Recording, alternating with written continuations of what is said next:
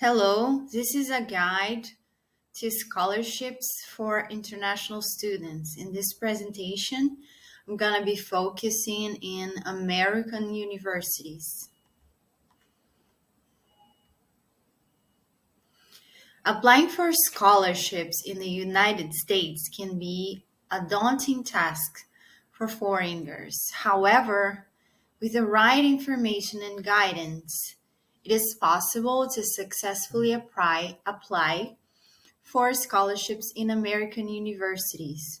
There are plenty of opportunities. Some specialists say that are around 800,000 scholarships available. And therefore, in this presentation, we will discuss the steps that a foreigner needs to take in order to apply for scholarships in universities in the United States. So I'll be covering how to research for scholarships, how to prepare application materials, submitting your applications, and then I'm going to conclude.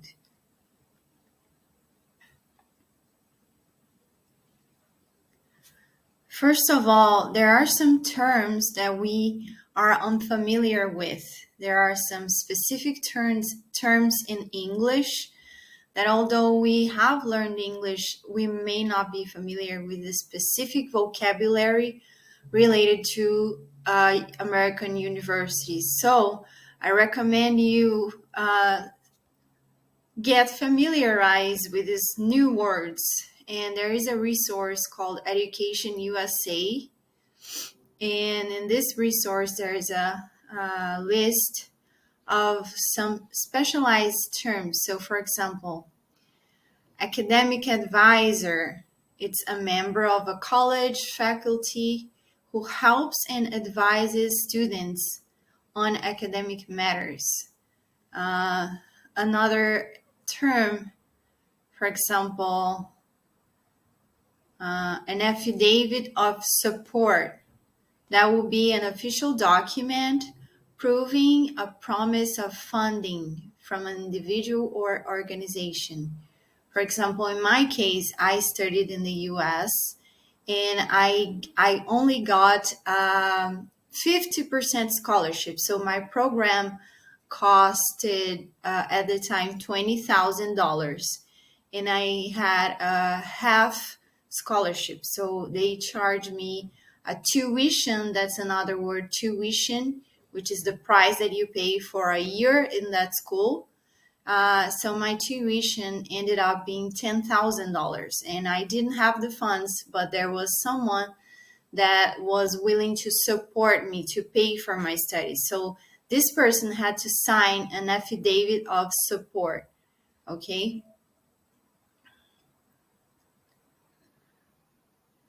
So here I want to go over a few terms with you. Scholarship.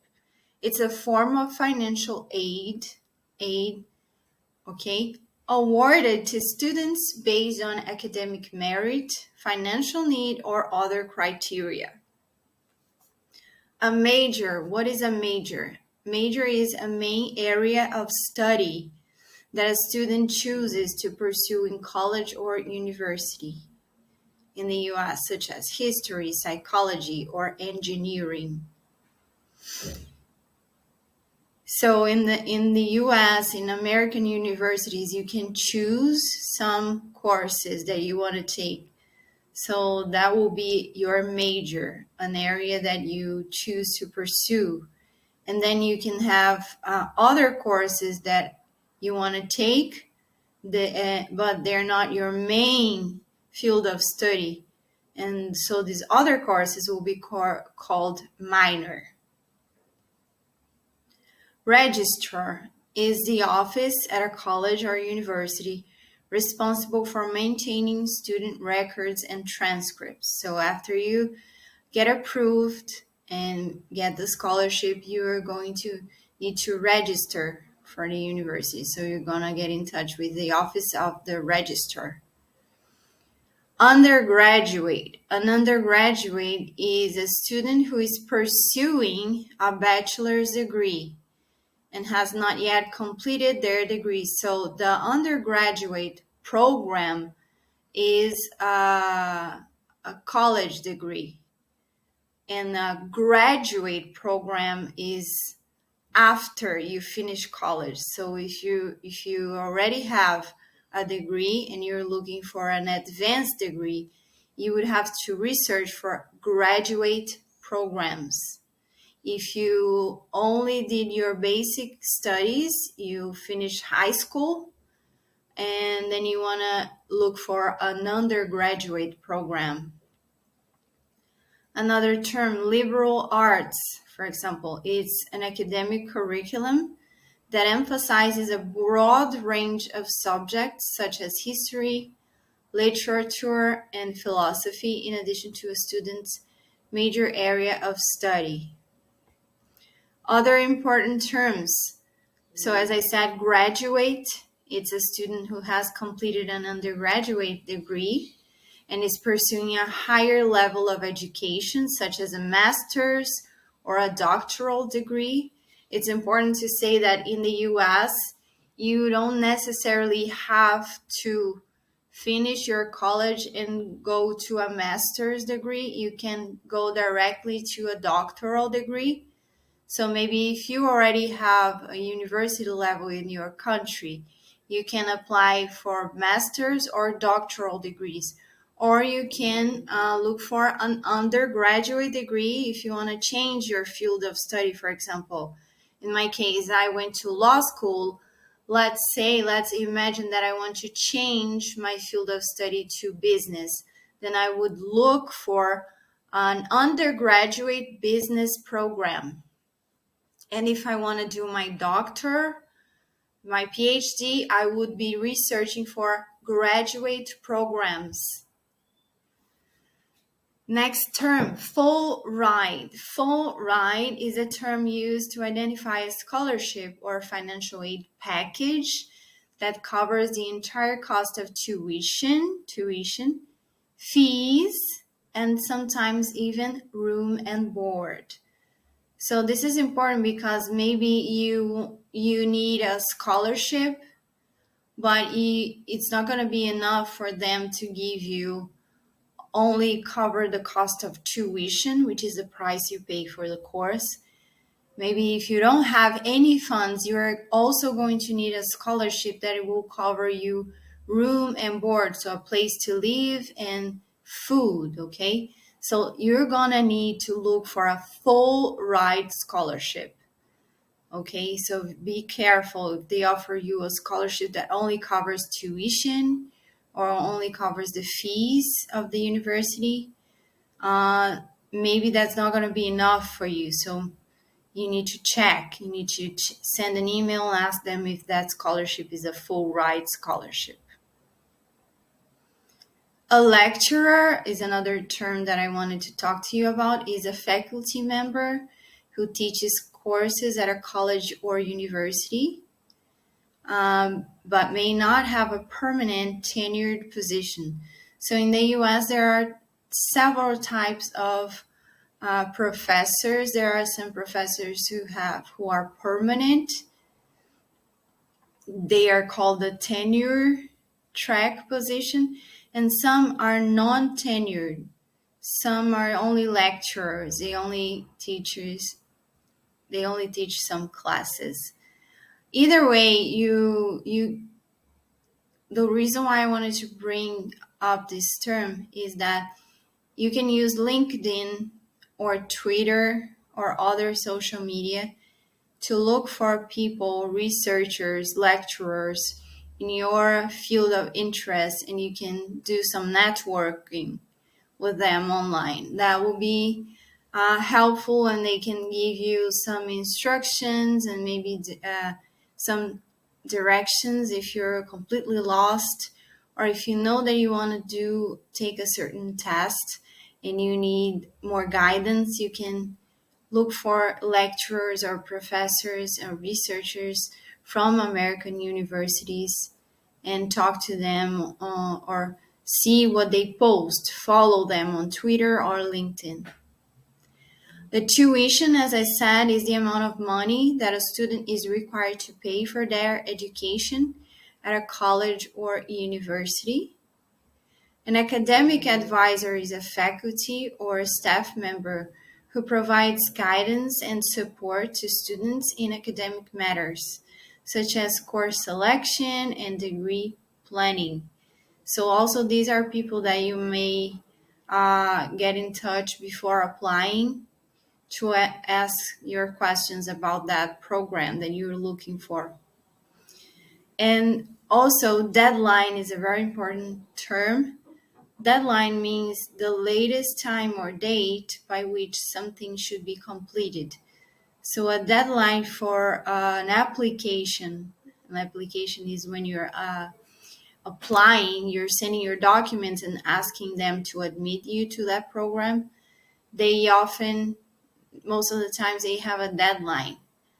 So you need to be careful not to lose that deadline, not to miss the deadline. Sorry. And so you need to send all your documents before the deadline, before that date.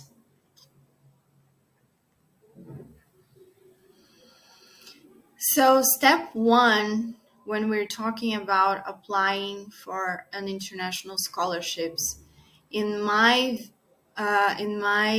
experience, first thing you need to know before you just open a Google tab on your computer and start researching is you need to know yourself. You need to know exactly what are you looking for. So when looking to apply for scholarships abroad, the first step is to assess where you currently stand. So this requires a thorough self-evaluation exercise. So you grab a pen and paper and you need to write about yourself and understand what are my strengths, what are my weaknesses, what are my interests, what do I want to study. So by taking the time to assess your skills, experiences, and interests, you can identify the scholarship opportunities that best match your needs. This can increase your chances of securing funding for your education abroad and help you achieve your academic and career goals. So that's why I like to propose an exercise. So I want you to write a resume after you did this assessment and you have pointed out your strengths and your weaknesses and what degree do you have right now, and so you write your resume. A resume is the story of your academic, of your work experiences. And so this will help you identify areas where you excel and those where you need to improve. So first you create your resume and then you create another document called your dream resume. That resume will outline what you aspire to achieve in your career. For example, if I'm going to write my resume, I write right now my name, then my degree. I have an LLM, which is a master's program in international law from a US university. I have a law degree from my home country. That is my education. Then I would go and write down my work experience. So the places where I worked and what I did there and what are the results that I achieved. So this is my current resume. It's where I am right now. So the exercise that I'm proposing is that you build your dream resume. So for example, my dream resume would be, so again, my name, and then a PhD. This is something that I want to achieve. Okay, so a doctoral program. And then if I already know what kind of doctoral program I can write, or maybe I can write like an MBA. This is what I want to get. And what types of skills do I want to have in the future? What kind of projects? Where which company do I want to work in the future? Or do I want to be a professor? Which university do I want to teach at? So that would be my dream resume. So you need to do this exercise to know where you stand and where do you want to go? Where do you want to be? What are your goals, your objectives? You should also consider what topics and fields of study interest you the most.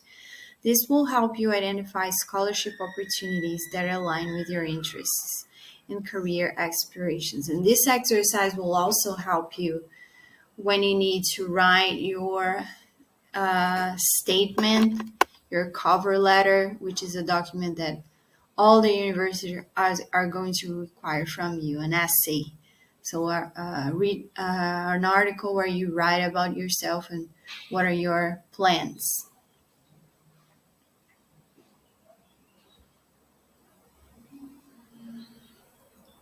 Another exercise I recommend, we're still on step one, which is knowing yourself, is to take the 16 personalities test. So let me explain. Sometimes when we need to write about ourselves, we don't have enough vocabulary. We don't know how to describe ourselves. So I find this tool very useful. This is a website called 16personalities.com, and you can see if they have it in your language. You can try to change the language settings over here and try to see if they have it in your language. But I honestly recommend that you take the test in English, because then you'll practice your English and also you will have the results in English, which will help you to write your essay and to talk about yourself if you have an interview.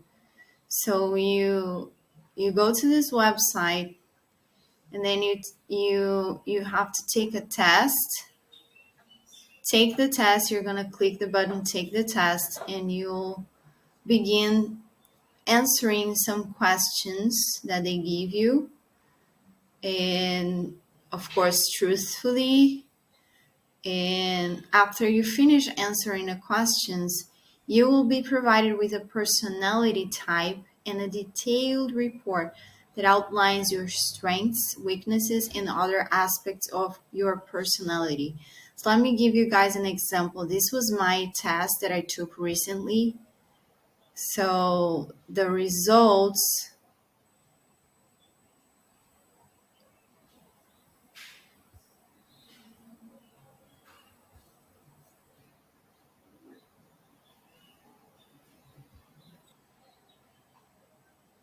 after I took the test, they told me that my profile results were turbulent entrepreneur. So they give you a report about your personality traits, your personality growth. So I can use these descriptions, for example, uh,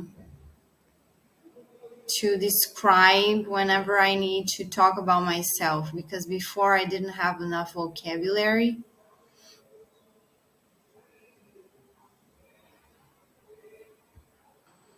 For example, they tell me that I am bold and full of energy, and that I'm also rational and practical, original, perceptive, direct, prefer to communicate clearly with direct and factual questions. And some of my weaknesses, for example, impatient, um, unstructured, they ignore rules and social expectations. So this is helpful for me to know myself and have vocabulary. Career paths is another result that they give you. So they say that like some careers that you might follow according to your personality.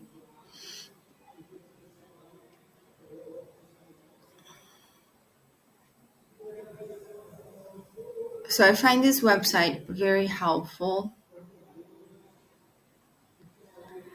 And this is an advice that I have for you.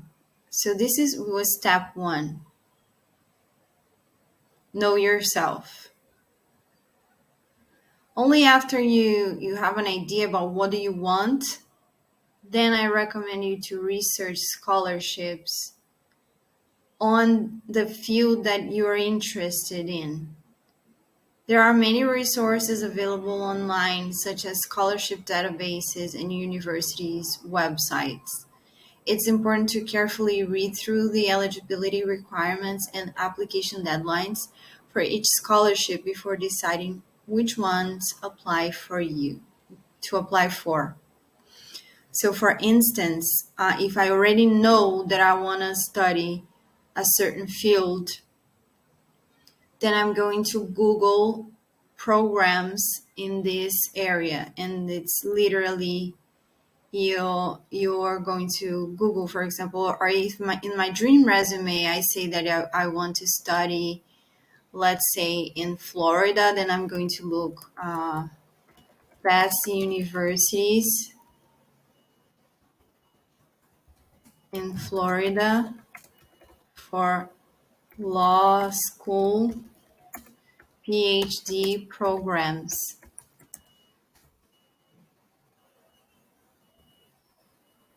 And so they say Florida State University, University of Miami, University of Florida, Berry University. So a lot of options here. So let's try Florida State University. So it's literally just going online and looking for program in your field.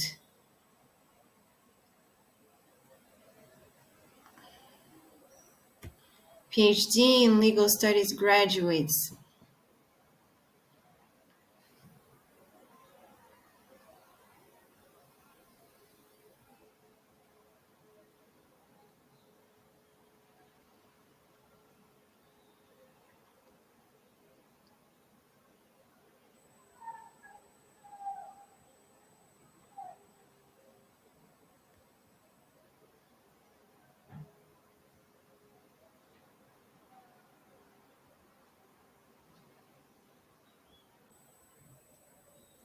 So in that website, gradschools.com, that I was mentioning this university. So I Googled it and I found the website Stetson University.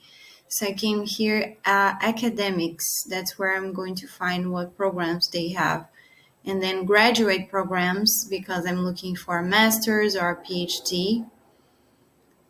So these are the programs they have, the graduate program. So law plus business administration, I find is very interesting. International law, very interesting as well for me. Business administration. So let's take a look at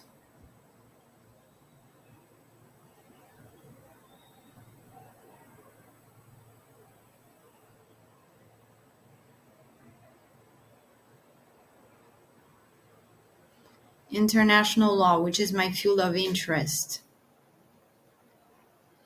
So they have an LLM in international law. And so here are the requirements.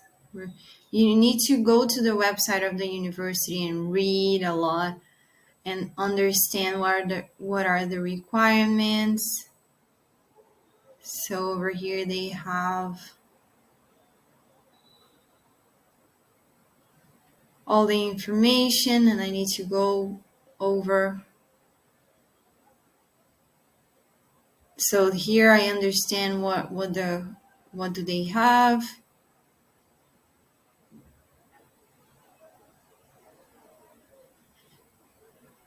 Information about the program. Admissions. So if I want to apply, how do I apply? How to apply?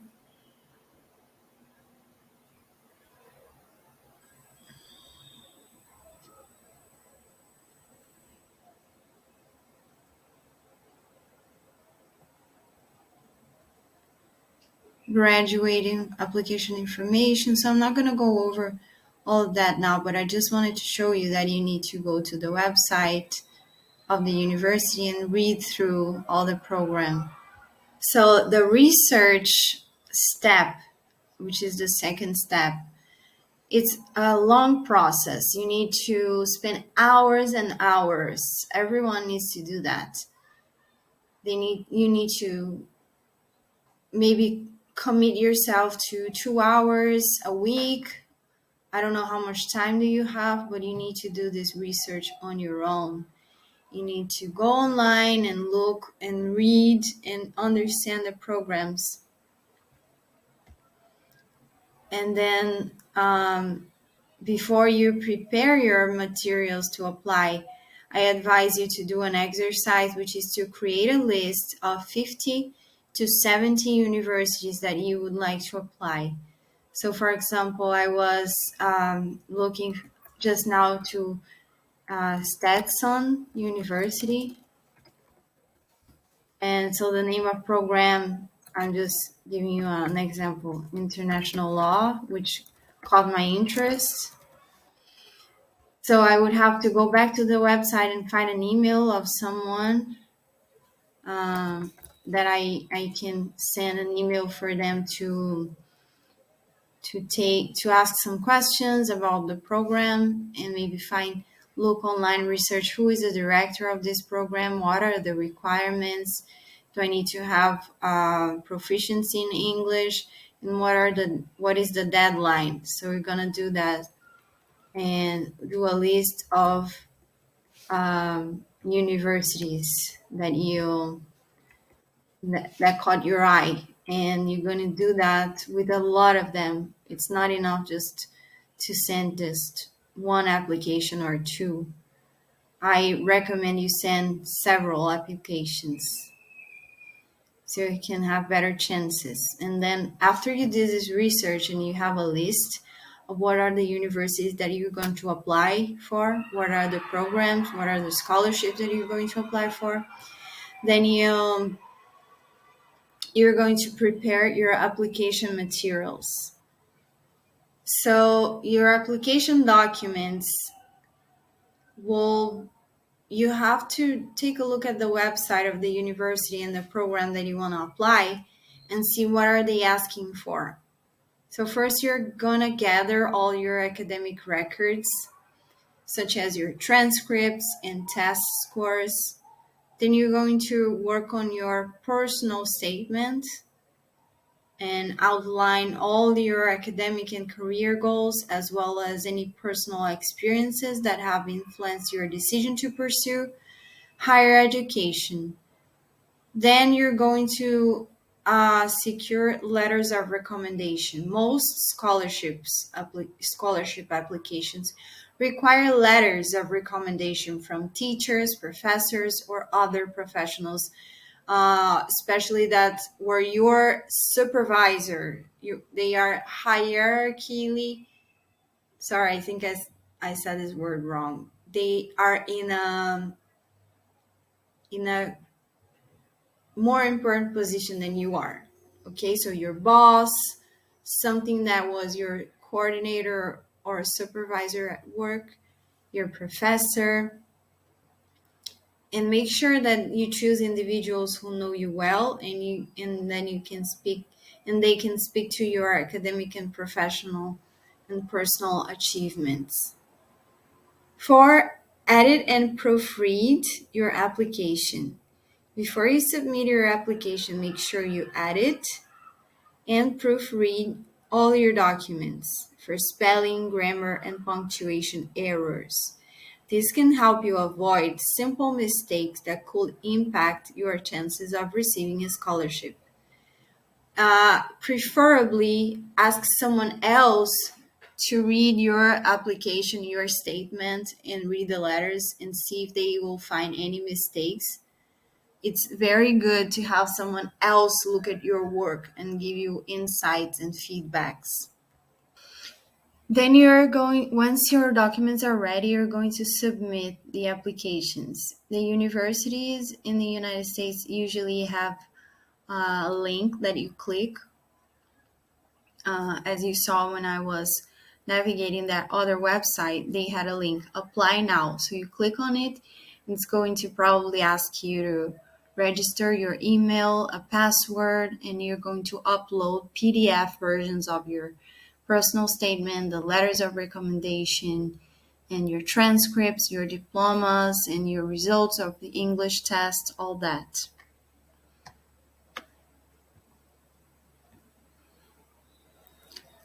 Then, after you apply, it's time to wait for your results. So, all it's left to do is to wait. And this can be a nerve wracking process, but it's important to remain patient and positive. And as I said, try to apply for as many scholarships that you can so you can have more chances. And if you're awarded a scholarship, be sure to carefully review the terms and conditions and to follow up with any additional requirements of paperwork. If you have any questions, never hesitate to send an email to the university and ask for it. Some scholarships, they come with a contract that, for example, if you accept that scholarship, you can go study in the US, but then after you finish your program, you necessarily have to go back to your country for at least 2 years. This is one of the conditions that potentially can appear in one of the scholarships. So you need to read and understand and ask them if that's the case. And also that other question that I asked you, that I told you about, that ask if it's a full ride scholarship, if it's going to cover half of the expenses or all the expenses that you're going to have. So be sure to take a look and ask. Always ask. Never hesitate. So in conclusion, I want to say that it is a challenging process to apply for scholarships, but there's always a chance. And studying abroad is a very rewarding experience. So try to first do your exercises, assess where are you right now, understand what do you want in your life, start your research, do it like maybe a little bit every day, and keep track of your research. Do that list with all the universities that caught your eye, and then prepare your material carefully. Ask people to help you to proofread, and good luck. So stay positive and persistent throughout the process, and don't hesitate to reach out for help if you need it. Thank you for watching.